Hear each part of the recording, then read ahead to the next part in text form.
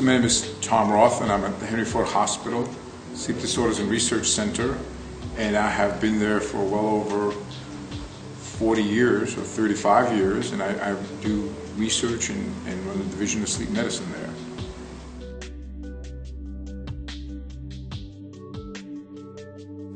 The way I got into sleep medicine is actually a very interesting way. So I was a student. One summer I needed a job, and there was a dream laboratory over at the Department of Psychiatry, and I figured I could do anything for a summer. And what happened was I worked in this laboratory, and this is roughly 1971, and I became enthralled. It occurred to me that we just basically did not know much about a third of our lives. And what occurred to me, by analogy, is right around that time in the United States, Sir Francis Crick in the United Kingdom and Watson in Harvard won the Nobel Prize for molecular biology. So it occurred to me at that point in history that in terms of understanding waking organisms, we were entering the molecular age when the most rudimentary description, in 1953, the most rudimentary description of sleep hadn't even existed. So it's like a third of the universe we knew nothing about. If you think about the average person, they spent 25 years of their life sleeping, and it occurred to me we knew nothing about that. And so that summer job just totally changed the way I worked, and that just became my interest for life.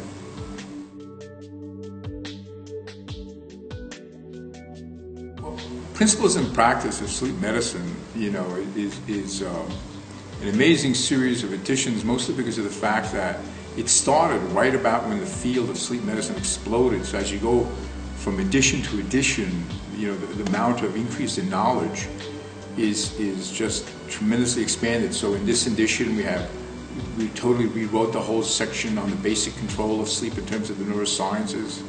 The section on circadian sleep disorders was greatly expanded.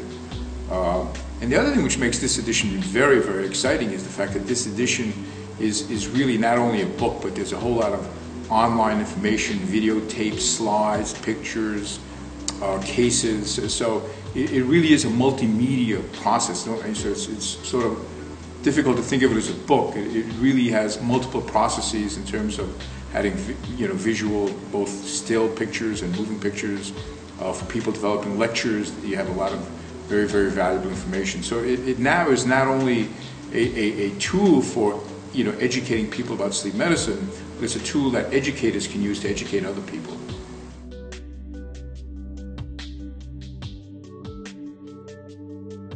What makes Principles in Practice, the standard textbook is because both of its breadth. In other words, half of the book covers basic physiology, the other second half of the book covers pathophysiology.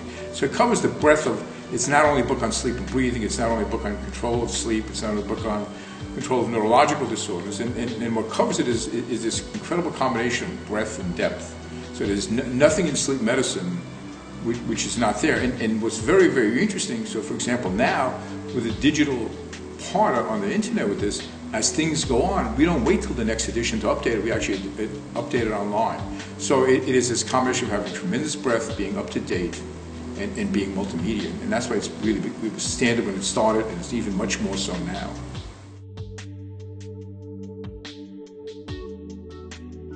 I've always had a unique interest in the whole area of understanding the pathophysiology of insomnia.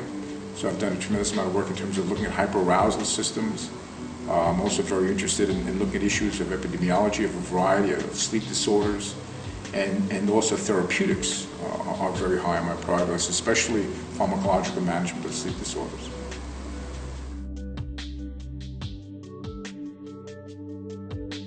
What I find attractive about being an Elsevier author is their commitment to producing excellence in their initiatives. So it's getting a book out and making it authoritative is important, but to have just a very, very strong commitment to excellence and making sure that it's right and correct and well documented and very well presented.